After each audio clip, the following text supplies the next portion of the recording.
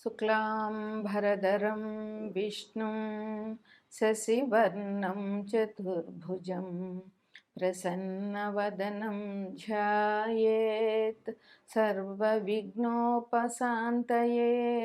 अगजा आननपद्मार्कं गजाननमहर्निशम् अनेकदन्तं भक्तानां एकदन्तमुपास्महे एकदन्तमुपास्महे। ఓం శ్రీ గణంజయాయ నమః. ఓం శ్రీ మాత్రే నమః. ఓం శ్రీ వాసుదేవాయ నమః. మనం డిసెంబర్ నెల మాస ఫలితాలు చెప్పుకోవాలి ఇప్పుడు. అయితే డిసెంబర్ నెల అంటే మనకి డిసెంబర్ 1వ తారీఖుతో అమావాస్య అయిపోతుంది. 2వ తారీఖు పాడ్యమి నుంచి మార్గశిర మాసం ప్రారంభం అవుతుంది. మార్గశిర మాసానికి కూడా చాలా ప్రత్యేకత ఉంది. మార్గశిర మాసంలో వచ్చే గురువారంని మనం లక్ష్మీవారం అని కూడా అంటాం. మార్గశిర మాసంలో వచ్చే గురువారాన్ని లక్ష్మీవారం రోజున లక్ష్మీదేవి పూజ విశేషమైన ఫలితాలని ఇస్తుంది. ఆ రోజు ఉదయమే లేచి తలస్నానం చేసి లక్ష్మీదేవిని పూజించాలి. అయితే లక్ష్మీదేవికి నేతితో దీపం పెట్టాలి. వంటలు కూడా నేతితోనే చేసుకోవాలి. అంటే నూనె పోపులు వేయకుండా నేతి పోపులు వేసుకుని నేతితోనే భోజనం చేయాలి. అట్లా చేసి లక్ష్మీదేవి వ్రత కథ ఉంటుంది. ఆ వ్రత కథను చదువుకుని అక్షింతలు వేసుకుంటే స్త్రీలకి చాలా మంచి జరుగుతుంది. ఇంట్లో ధనం నిలుస్తుంది. ధనం బాగా అభివృద్ధి చెందుతుంది. ఈ లక్ష్మీవారాలు మొదటి వారం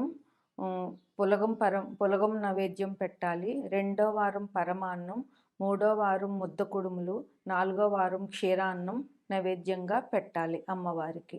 5వ వారం అంటే పుష్యమాసంలో వచ్చే మొదటి వారం రోజున యథావిధిగా లక్ష్మీదేవి పూజ చేసి ఒక ముత్తైదువుని పిలిచి ఆమెకి నేతితో బూరెలు వండి నేతితో వంటలు చేసి ఆ ముత్తైదుకి పసుపు కుంకుమ తాంబూలం ఇచ్చి ఆమెకి భోజనం పెట్టాలి. అప్పటితో ఈ మార్గశిర లక్ష్మీవారాలు పూర్తి అవుతుంది.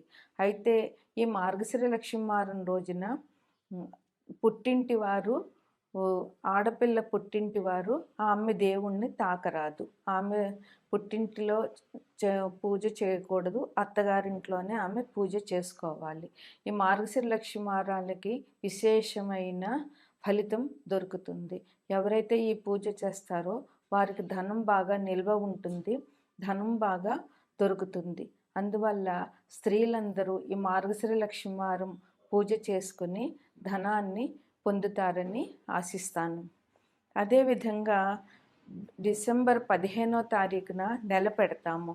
అలాగే డిసెంబర్ 15న రవి ప్రస్తుతం వృశ్చిక రాశిలో ఉన్న రవి ధనుసు రాశిలోకి ప్రవేశిస్తారు.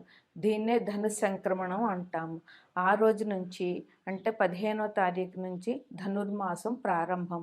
అంటే ఇది విశేషంగా విష్ణుమూర్తిని వెంకటేశ్వర స్వామిని పూజించే మాసమని చెప్పవచ్చు. డిసెంబర్ 15 నుంచి జనవరి 15 వరకు ధనుర్మాసం నడుస్తుంది. ఈ ధనుర్మాసంలో వివాహాలు చేయరు. నెలపెట్టిన రోజు నుంచి వివాహాలకి ఈ మాసం అనుకూలం కాదు. అదేవిధంగా శుభ కార్యాలు అంటే గృహప్రవేశాలు, గృహారంభాలు ఇవేమీ కూడా ఈ మాసంలో ధనుర్మాసంలో చేయకూడదు. పూర్వకాలంలో అంటే మా చిన్నతనంలో నగర సంకీర్తనం అని ధనుర్మాసం ప్రారంభమైన రోజు నుంచి అందరూ స్త్రీలు పురుషులు ఉదయం తెల్లవారుజామున 4 గంటల నుంచి ఇంటి నుంచి బయలుదేరి అలా ప్రతి వీధి తిరుగుతూ దైవ సంకీర్తనాలు చేస్తూ వెళుతూ ఉండేవారు. అది అంత చలిలోనూ దైవ సంకీర్తనం చేస్తూ అందరూ ఒక్కొక్కింటిలోంచి ఒక్కొక్కరిని కలుపుకుంటూ మొత్తం ఆ వీధులన్నీ తిరుగుతూ తెల్లవారే వరకు నగ సంకీర్తనం చేసి ఇంటికి వచ్చే ఆచారం ఇది వరకు జరిగేది. ఇప్పుడు అయితే అది జరగటం లేదు. అట్లా నగర సంకీర్తనం చేయడం వల్ల ఎంతో మంచి జరుగుతుంది. ఆ ప్రదేశానికి, చేసిన వారికి, ఆ కాలనీలో వారికి అందరికీ చాలా శుభం జరుగుతుంది. ఇది కూడా చాలా మంచి ఆచారమని చెప్పవచ్చు. ఇప్పుడు డిసెంబర్ నెల మాస ఫలితాల్లో చో ఈ ఈ కార్యక్రమాలు కూడా మనం చేసుకుంటే చాలా బావుంటుందని. తదుపరి రాశి మిథున రాశి. ఈ రాశికి అధిపతి బుధుడు. ఈ మిథున రాశిలో మృగశిర 3, 4 పాదాలు, ఆరుద్ర 4 పాదాలు, పునర్వసు 1, 2, 3 పాదాలు నక్షత్రాలు ఉంటాయి. ఈ రాశి వారికి కూడా ప్రథమార్థం కొంచెం ఇబ్బంది. ఎందువలనంటే ఈ రాశ్యాధిపతి బుధుడు మిథున మిథునాన్ని లగ్నంగా చేసుకుంటే 6వ ఇంట్లో అంటే వృశ్చిక రాశిలో రవితో కలిసి ఉన్నారు. అందువల్ల 6వ ఇల్లు అంటే అప్పులు, రుణాలు, స్వల్పమైన గొడవలు, రుణాలు, అనారోగ్యం, తక్కువ కాలం అనారోగ్యం ఇట్లాంటివి సూచిస్తుంది 6వ ఇల్లు. అందువల్ల ఈ రాశివారు కొంచెం ప్రథమార్థంలో కొంచెం ఇబ్బందులు ఎదుర్కోవాల్సిన ఉంటుంది. ఈ శారీరకంగా గాయాలు జరిగే అవకాశం ఉంది. అలాగే వాహన ప్రమాదాలు కూడా జరిగే అవకాశం ఉంది. అందువల్ల ఈ రాశివారు జాగ్రత్తగా ప్రయాణం చేయాలి. ముందుగానే ప్రయాణం చేసేటప్పుడు వెహికల్స్ని చెక్ చేసుకోవడము, అవి మంచి కండిషన్లో ఉన్న వెహికల్స్లో వెళ్ళడము చాలా మంచిది. అట్లాగే వీరు ఒక వెల్లుల్లిపాయని దగ్గర ఉంచుకుంటే వాహన ప్రమాదాల్లో ఇబ్బందులు తక్కువగా ఉంటాయి. అట్లాగే ఈ రాశిలో వారికి ఉద్యోగస్తులకైనా, గృహస్థులకైనా, ఎవరికైనా స్థానచలనం కనిపిస్తోంది. ఉద్యోగస్తులకి ప్రమోషన్ మీద ట్రాన్స్ఫర్ కావడము, లేదా ఒకే ఊళ్ళో ఒక ఆఫీస్ నుంచి డెప్యుటేషన్ల మీద వెళ్ళడము ఇట్లాంటివి కనిపిస్తున్నాయి. అట్లాగే గృహస్థులకి ఇల్లు మారే అవకాశాలు కనిపిస్తున్నాయి. తెలియకుండా ఆకస్మికంగా బదిలీలు జరిగే అవకాశం ఉంటుంది. అయితే వీరికి 15 తర్వాత చాలా బాగా ఉంది. చాలా మంచి జరిగే అవకాశం ఉంది. సంతానం అంతా కూడా ఉన్నత స్థాయిలోకి వెళ్తారు. వాళ్ళకి కావలసిన ర్యాంకులు దొరకడము, వారికి ఎదురు చూస్తున్న ఉద్యోగాలు రావడము అట్లాంటివన్నీ జరిగే అవకాశం ఉంది. అదే చిన్న చదువులైన వాళ్ళైతే పరీక్షల్లో పాస్ అవ్వడము, మంచి ర్యాంక్స్ రావడము, వారికి చదువులో ఎటువంటి ఆటంకాలు లేకుండా చదువు కొనసాగడము జరుగుతుంది. అట్లాగే వాహన సౌఖ్యం అంటే కొత్తగా వాహనాలు కొనుక్కోవాలి అనుకునే వాళ్ళకి డిసెంబర్ 15 తర్వాత వాహనాలు కొనుక్కునే అవకాశం కూడా ఉంది.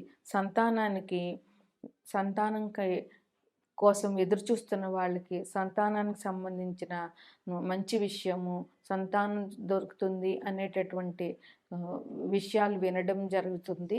సంతాన భాగ్యం కూడా వాళ్ళకి జరిగే అవకాశం చాలా ఉంది. అట్లాగే ఈ రాశిలో వాళ్ళకి స్త్రీ సౌఖ్యం బాగా ఉంది.